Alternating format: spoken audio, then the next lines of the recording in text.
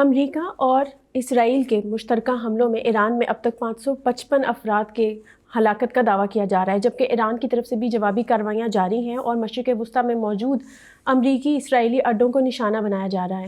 لیکن اگر ہم دیکھیں تو یہ نشانے بہت اسٹریٹجک ہیں اور موسٹلی ایران نے انرجی سپلائیز کو ڈسرپٹ کرنے کی کوشش کی ہے۔ اسی سلسلے میں بات کریں گے۔ میں ہوں ڈاکٹر عروہ الہی اور میرے ساتھ موجود ہیں حبیب اکرم۔ حبیب صاحب، عمان ہو، قطر ہو، UAE، سعودیہ، بحرین، ہر جگہ پہ اگر ہم دیکھیں تو ایران ٹارگٹ کر رہا ہے انرجی سپلائیز کو۔ انڈسٹریل سٹیز کے اندر جو انرجی فیسلٹیز ہیں ان کو ٹارگٹ کیا جا رہا ہے۔ قطر جو LNG کا سب سے بڑا پروڈیوسر ہے، اس نے بھی اپنی LNG کی پروڈکشن فی الحال روک دی ہے۔ دوسری طرف ہم دیکھتے ہیں کسی کی اسٹاک ایکسچینج بند ہو گئی ہے۔ دوسری طرف سعودیہ ارامکو جو ہے اس کی آئل جو فیسلٹی تھی راس تنورہ، وہ بھی بند ہو گئی ہے فوری طور پہ۔ وہ کہہ رہے ہیں کہ ڈرون سٹرائکس ہوئی تھی، کوئی خاص نقصان نہیں ہوا، آگ لگی، انٹرسیپٹ کر لیا۔ مطلب ایران کوز تو کر رہا ہے، امپیکٹ تو لا رہا ہے ایران کے پاس اس وقت یہی ایک گنجائش ہے کہ وہ ایسے ہدف تلاش کرے جو دنیا میں آئل سپلائی کو ڈسٹرپٹ کر سکے۔ اسی حوالے سے اس نے سب سے پہلے آبنائے ہرمز کو بند کیا تاکہ جہاں سے تیل گزرتا ہے وہ نہ گزر سکے۔ ان تمام ممالک کا تیل جہاں سے گزر سکتا ہے وہ نہ گزرے۔ اور اب سعودی عرب کے پاس صرف یہی آپشن رہ گئی ہے کہ یہاں سے ایک اس کی پائپ لائن بحر احمر کی طرف کھلتی ہے تو اس پائپ لائن کو استعمال کرتا رہے، لیکن وہ پائپ لائن بھی کسی وقت نشانہ بن سکتی ہے۔ باقی جتنے بھی ملک ہیں ان کا کوئی اس طرح کا نیٹ ورک پائپ کا نہیں ہے، پائپ لائنز کا، کہ جس کے نتیجے میں جو یعنی ایک طرف اگر بحیرہ عرب سے یا خلیج فارس سے آئل کسی دوسرے سمندر میں یعنی سعودی عرب کے دوسری طرف بحر احمر میں منتقل کیا جا سکے، تو لہٰذا کوئی مشترکہ نیٹ ورک موجود نہیں ہے، اس لیے وہ تمام راستے جو آئل کے ہیں وہ آبنائے ہرمز سے ہو کے گزرتے ہیں۔ تو ایک تو وہ بند کر دی۔ اس کے بعد جب خود ایران جو اپنا 80% تیل چین کو بیچ رہا تھا اور چین کی وہ ضروریات کا تقریباً 13-13.5% تھے، 1.6 ملین پر ڈے بیرلز ہیں جی، تو اب وہ 13-13.5% وہ چین کی ضروریات پوری کرتا تھا۔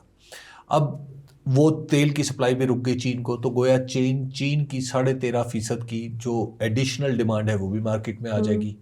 اس کے ساتھ جب ادھر سے آبنائے ہرمز کی وجہ سے تیل بند ہے اور پھر باقاعدہ طور پر ریفائنریز کو نشانہ بنایا جا رہا ہے، تو دراصل ایران کا مقصد یہ ہے کہ دنیا میں تیل کی قلت پیدا ہو، جس کی وجہ سے پوری دنیا میں ظاہر بجلی کے کارخانے چلتے ہیں، گاڑیاں چلتی ہیں، وہ سب کے سب رک جائیں۔ تو جب تیل کی قلت پیدا ہوگی تو نیچرلی یہ ایسا ہوگا کہ امریکہ کے اوپر دباؤ بڑھے گا اور امریکہ اس کو کھلوانے کی کوشش کرے گا۔ تو جب امریکہ اس کو کھلوانے کی کوشش کرے گا تو اسی صورت میں کہیں نیگوسیشنز ہو سکتی ہیں اور باقی سارے ممالک بھی تو انٹروین کریں گے کیونکہ سب پہ امپیکٹ آ رہا ہے۔ اچھا حبیب صاحب، جسٹ ٹو ایڈ، یہ آبنائے ہرمز جو ہے دنیا میں سی بورن جو آئل ٹریڈ ہے اس میں سے 5واں حصہ آئل کا وہ یہاں سے گزرتا ہے، اور موسٹلی یہ جو آئل اور گیس ہے کویت، قطر، UAE، جتنے بھی مڈل ایسٹرن اسٹیٹس ہیں وہ اس راستے سے گزرتے ہیں۔ 15 ملین بیرل پر ڈے اس راستے سے پروڈکشن ہے۔ تو لائک یو ہیو مینشن کہ ابھی فوری طور پہ وہ راستہ بھی نہیں بدل سکتے، انہیں اور راستے تلاش کرنے پڑیں گے، اور اس دوران پوری دنیا میں جو امپیکٹ آ رہا ہے۔ اچھا، آبنائے ہرمز تو بند کی ہے، ساتھ ساتھ جو وہاں سے جو ویسلز گزر رہی ہیں اور جو ڈفرینٹ پورٹس ہیں، جیسے بحرین کا پورٹ ہے وہاں پہ اٹیک کیا، کوئی آئل ٹینکر پہ اٹیک ہو گیا، کہیں پر ایک ویسل لے کے جا رہی تھی، یہ برٹش میری ٹائم جو سیکورٹی آپریشنز ہیں ان کے مطابق ایک ویسل کو ہٹ کیا گیا کسی ان نون پروجیکٹائلز کے تھرو۔ تو اب صرف ہرمز کو بند نہیں کیا بلکہ جو مزید پوری دنیا میں موومنٹ ہو رہی ہے اور جو آئل ریفائنریز ہیں جیسے میں نے سعودیہ کی مثال دی ان کو بھی اٹیک کیا جا رہا ہے۔ دیکھیے، یہ جتنا بھی آئل سپلائی ہوتا ہے 20% جو آئل ہے یہ دراصل اسی خطے کے ملکوں کے لیے استعمال ہوتا ہے، یعنی وہ انڈیا بھی جاتا ہے یہاں سے گزر کے آئل، یہاں سے بنگلہ دیش بھی جاتا ہے، اور ایسٹ ایشیا کا جتنا بھی حصہ ہے ایکچولی وہ آئل یہیں سے گزر کے وہاں تک جاتا ہے۔ یورپ میں جو جانے والا آئل ہے وہ دوسری طرف سے میڈیٹرینین کی طرف سے، معاف کیجیے، میڈیٹرینین اور بحر احمر کی طرف سے جاتا ہے، اور وہاں پر کچھ اپنے ان کے آئل ویلز ہیں اور کچھ امریکہ سے آتا ہے۔ تو لہٰذا یہ سارا سسٹم اس طریقے سے بنا ہوا ہے کہ یہاں پہ جو 20% آئل یہاں سے نکل رہا ہے، یہاں سے گزر رہا ہے، وہ بنیادی طور پر اس علاقے کو، ایشین حصے کو سب سے زیادہ متاثر کرے گا۔ تو اس وجہ سے اس کی اہمیت بھی ہم سب کے لیے کچھ زیادہ ہے۔ اور ویسے بھی اگر آپ دیکھیں تو جب تیل کی قیمتوں کو اگر آپ دیکھیں تو وہ بھی اگر لاسٹ ٹائم جو تیل کی جو قیمت تھی وہ تقریباً $68 بیرل پہ بند ہوئی تھی، آج جب مارکیٹ کھلی، اور ابھی امریکہ کی مارکیٹ نہیں کھلی، ابھی صرف اور صرف ایشیا کی مارکیٹس کھلی ہیں، تو وہاں پر آئل پرائسز $78 تک پہنچ گئی۔ اسیسمنٹ یہ ہے کہ اگر یہ 4 ہفتے تک یہ جنگ جاری رہتی ہے، یعنی جو ایران اور امریکہ کے درمیان. تو اس جنگ کے 4 ہفتے کے اندر آئل $85 to $90 پر بیرل تک پہنچ سکتا ہے. یعنی تقریباً آپ اس کو کہہ سکتے ہیں کہ 30% کا انکریز اگلے 4 ہفتے میں آپ توقع کر سکتے ہیں. بالکل. اور اس کے اثرات سب سے زیادہ کہاں پہ آئیں گے؟ اس کے اثرات پاکستان پہ آئیں گے، اس کے اثرات افغانستان پہ، اس کے اثرات انڈیا پہ اور ایسٹ ایشیا کے ممالک پر آئیں گے. اور بہت ظاہر تیل کی قیمت جب بڑھے گی تو سب کے لیے بڑھے گی، ساری کموڈیٹیز بھی تو بڑھ جاتی ہیں، اور اس کے ساتھ ہی دیگر کموڈیٹیز کا راستہ، کیونکہ تیل ایک بیس کموڈیٹی ہے، اس کی بنیاد پہ باقی ساری کموڈیٹیز بھی بڑھنا شروع ہو جاتی ہیں. تو اس وجہ سے اب وہ ایک دنیا میں ایک انفلیشن کا خطرہ بھی پیدا ہو جائے گا. تو یہ ایران جو کچھ یہ کر رہا ہے کہ جس طرح اسٹریٹجیکلی حملے کر رہا ہے اور تیل کی تنصیبات کو نشانہ بنا رہا ہے، تو اس میں صاف ظاہر ہے کہ ایران اس کے پیچھے جو اس کا پولیٹیکل جو سیاسی مقاصد ہیں وہ یہی ہیں. اب ایران یہاں تک نہ جائے، اس کے لیے ظاہر ہے جنگ روکنا ہوگی. اب جنگ روکنے کے لیے ابھی تک ایران مزاحمت کی کوئی ایسی شکل پیش نہیں کر سکا جس میں مزاحمت وہ بے پناہ کر رہے ہیں فوری طور پہ انٹروین کرنے کہ جہاں پہ، اور پھر اس میں کوئی انٹرونشن بھی نہیں ہو رہی. حالانکہ اس کا ایک بڑا ڈیپینڈیبل دوست چین تھا جس نے BRI میں بھی ایران کو شامل کیا، جس کو ساتھ اسٹریٹجک پیکٹ بھی ان کا موجود ہے، لیکن ابھی تک چین بھی صرف زبانی کلامی بات ہی. حبیب صاحب، اٹ سیمز کہ nobody wants to bring the war home, right?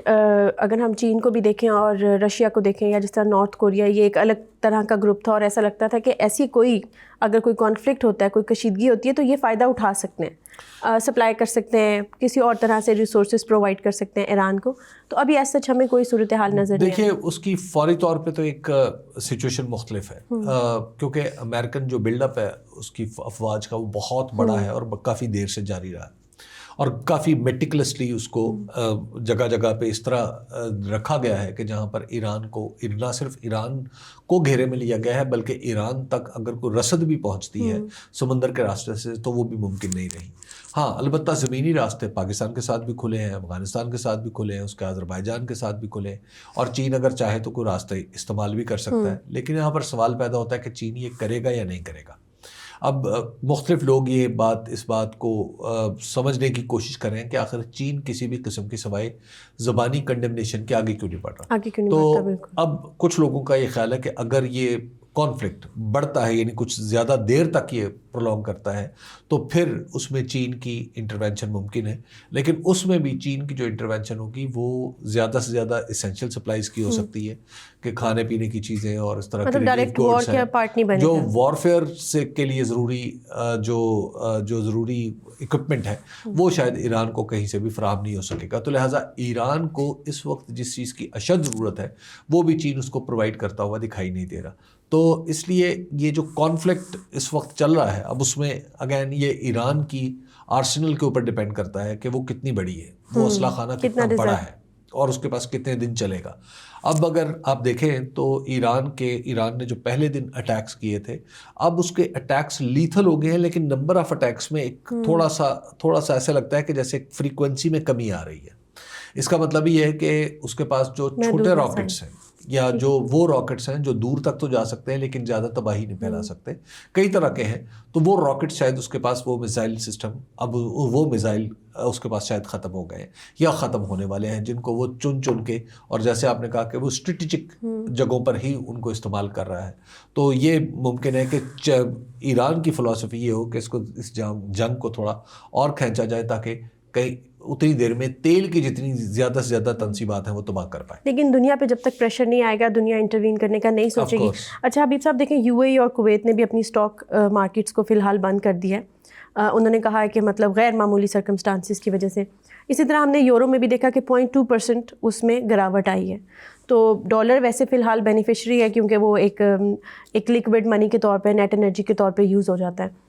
تو اب یہ اسٹاک مارکیٹس کے اوپر بھی امپیکٹ آ رہا ہے. مطلب یہ تو پتہ چل رہا ہے کہ گلوبل انرجی مارکیٹ جب ڈسرپٹ ہوئی ہے تو پوری دنیا اس کے کانسیکوینسز تو دیکھ رہی ہے، اور اگر یہ پرولونگ ہوگا تو ایونچولی امپیکٹس اور ڈیزاسٹرس ہو جائیں گے.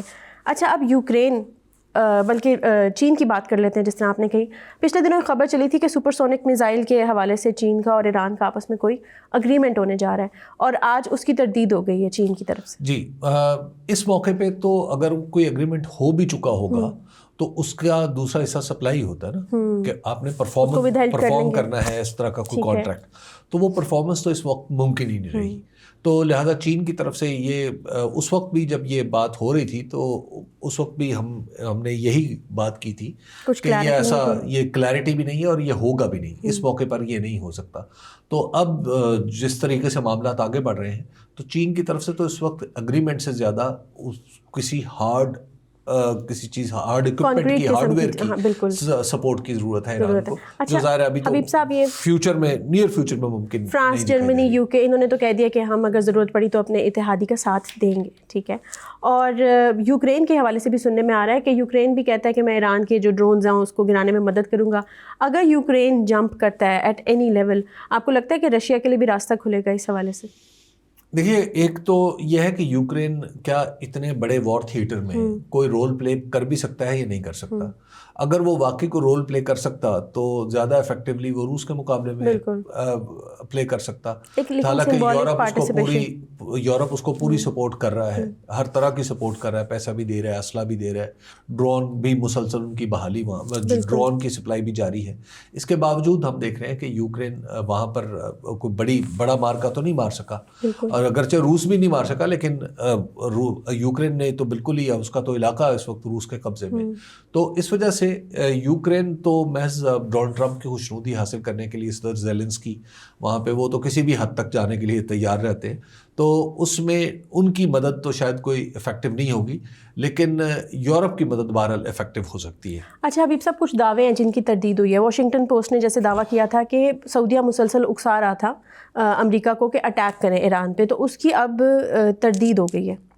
دیکھیے, جب یہ خبر آئی تھی تو اس وقت بھی جب ہم بات کر رہے تھے تو یہ خبر بنیادی طور پہ اس لیے تھی کہ تاکہ سعودی عرب کے اوپر دباؤ بڑھایا جا سکے کہ وہ کسی طریقے سے اس جنگ میں ملیٹریلی انوالو ہو جائے. اور جب وہ سعودی عرب ملیٹریلی انوالو ہوتا ہے تو عین ممکن ہے کہ وہ پاکستان کو بھی مجبور کر سکے یا پاکستان کو بھی تیار کر سکے کہ وہ بھی اس جنگ میں شامل ہوں.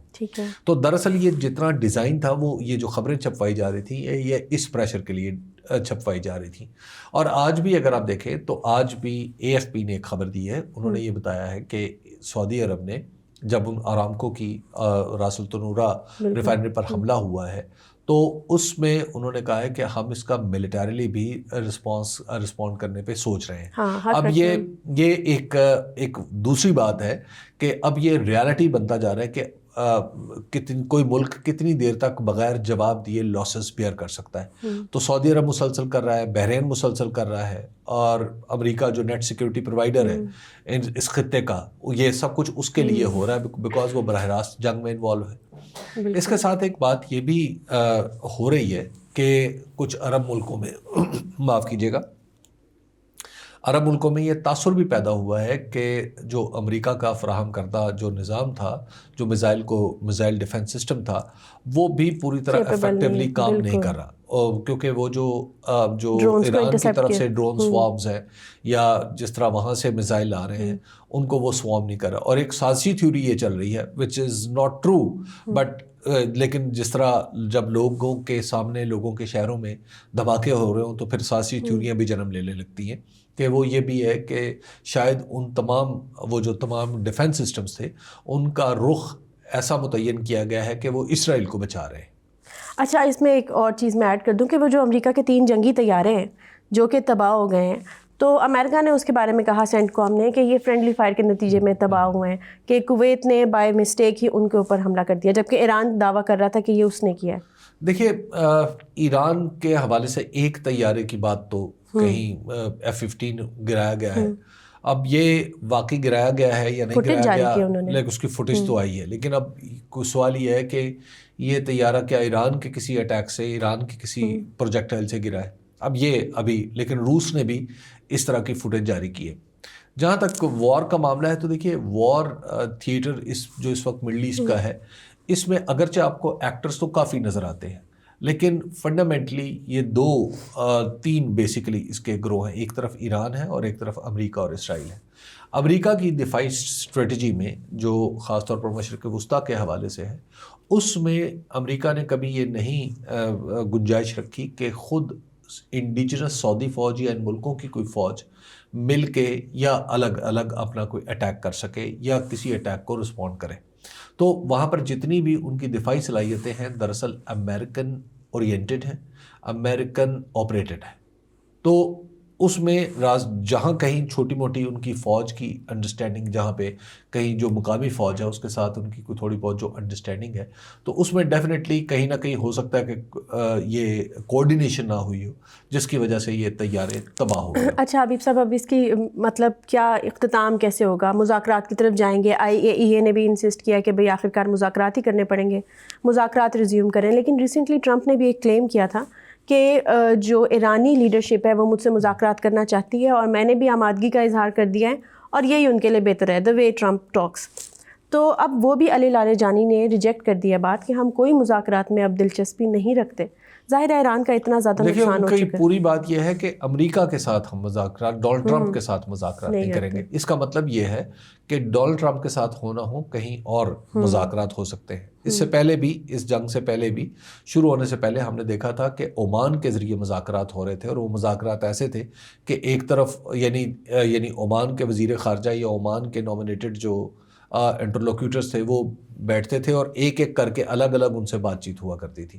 تو وہ جو الگ الگ بات چیت تھی وہ اس طریقے سے کافی سست رفتاری سے بات آگے بڑھ رہی تھی، لیکن بیچ میں ہی حملہ ہو گیا. تو لہٰذا یہ کہنا کہ ٹرمپ کے ساتھ معاملات طے ہوں گے تو ایسا تو نہیں ہوگا، ریلائبل بھی تو نہیں رہا، تو اس طرح ریلائبل بھی نہیں رہے. اس سے پہلے بھی جب آپ کو یاد ہوگا کہ 2015 میں بھی جب ایک معاملہ ان کے ساتھ یعنی ایک ڈیل ہوئی تھی براک اوباما کے دور میں، تو اس وقت بھی جو بیسک نیگوشیٹرز تھے وہ یورپینز تھے اور ایرانی تھے. براہ راست ایران تھا اور یورپین نیگوشیٹرز تھے، اور اس ڈیل کو بعد میں امریکہ نے ویٹ کر کے اس پہ سائن کیا تھا. تو امریکہ بھی شاید اس طرح براہ راست کسی نیگوسیشن میں تو نہیں آئے گا، اور ایران ظاہر ہے ایسے موقع پہ جب تک جنگ بند نہیں ہوتی تو اس کا اصولی موقف تو یہی ہونا چاہیے کہ وہ امریکہ کے ساتھ بالکل بات نہیں کرے. بالکل. اور امریکہ کو بھی اپنے اتحادیوں سے بھی کافی زیادہ شکوے ہیں کہ کیئر سٹارمر نے بڑی دیر سے اپروول دیا امریکہ اور برطانیہ کا جو فوجی اڈہ تھا ایران پہ استعمال کرنے کے حوالے سے، اور اس کی وجہ سے وہ سمجھتا ہے کہ کافی نقصان ہو گیا. اب تو خیر انہوں نے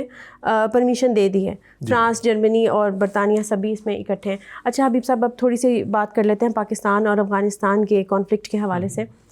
پاکستان نے ابھی ریسنٹ کارروائی کی ہے پھر سے افغانستان کے اوپر، تو یہ معاملہ تو مزید اب الجھتا جا رہا ہے. یہ الجھتا جا رہا ہے اور اس کی الجھن کا سلجھاؤ بھی کسی کی نظر میں نہیں ہے. اب تک پاکستان کے مطابق 31 جو چیک پوسٹ ہیں ان پہ قبضہ کر لیا گیا ہے، پاکستانی فوج نے قبضہ کیا ہے. اور بگرام تک، یعنی کابل کے بالکل ساتھ ہی ہے بگرام، تو کابل تک کچھ اٹیکس بھی، کچھ جو فضائی سارٹیز ہیں یعنی فضائی حملے ہیں وہ بھی کیے گئے ہیں. تو اب یہاں پر طالبان تو دعویٰ کریں، جو افغان طالبان ہے، کہ ہم نے ریزسٹ کیا ہے اور ہم نے جو اینٹی ایئر کرافٹ گنز ہیں ان کو استعمال کیا ہے.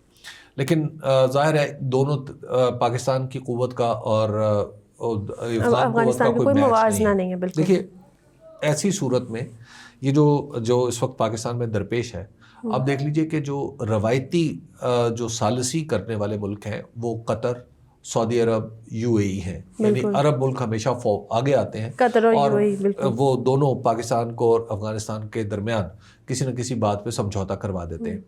اس وقت وہ تمام ملک اپنی الجھن میں گرفتار ہیں اور ان پر حملے ہو رہے ہیں مسلسل. تو لہٰذا یہ توقع کرنا کہ وہ ان کی طرف سے کوئی کوشش ہوگی کہ جس کے تحت وہ معاملات کو ٹھیک کر لیں گے تو وہ بھی نہیں ہوگی. اسی طرح ترکیے ایک اگلا فیکٹر ہوتا ہے. ترکیے کی طرف سے بھی خاموشی ہے، کیونکہ ترکیے بھی اس وقت خطے کی صورتحال کو دیکھ رہا ہے، کیونکہ وہاں پر بھی وہ بھی دیکھ رہا ہے کہ اگر ایران کو عراق بنا دیا جاتا ہے تو کہیں ایسا تو نہیں ہوگا کہ کردستان کا مسئلہ دوبارہ جنم لے لے گا. اور اسی طرح بلوچستان اور چین کی طرف سے آپ دیکھیں تو چین کا معاملہ بھی اس وقت یہ ہے کہ چین کی بھی پوری انگیجمنٹ اس وقت روس کے ساتھ مل کر اس جو ایران کرائسس ہے اس کو ختم کرنے میں. تو پاکستان کے پاس ڈپلومیٹکلی ایک ایسی ونڈو موجود ہے جس میں کسی طرف سے کوئی پریشر نہیں آئے گا اور پاکستان اپنے آبجیکٹیو حاصل کر رہا ہے. تو ایسا لگ رہا ہے کہ پاکستان نے اس سچویشن کو اپنے حق میں اپنے فیور میں استعمال کرنے کی کوشش کی ہے کہ بغیر کسی ڈپلومیٹک پریشر کے جو اس وقت ممکنہ طور پر اگلے چند دن تک بھی نہیں آئے گا، تو اس دوران جتنا موقع ملتا ہے اس ونڈو میں زیادہ سے زیادہ افغانستان میں اپنے اٹیکس کر کے اپنے آبجیکٹیوز حاصل کریں۔ تو حبیب صاحب آپ یہ سمجھیں کہ جو ٹائمنگ ہے کوئنسیڈنٹل نہیں ہے، مطلب دونوں طرف سے جو فرنٹس کے اوپر اکٹھی لائک جنگ سٹارٹ، دیکھیے یہ دونوں ایک دوسرے سے جڑے ہوئے اس طریقے سے ہیں کہ پاکستان کی طرف سے شاید پولیٹیکلی ایسا لگ رہا ہے کہ وہ فائدہ اٹھانے کی پاکستان نے افغانستان کے خلاف ایک اس ونڈو کو استعمال کیا ہے۔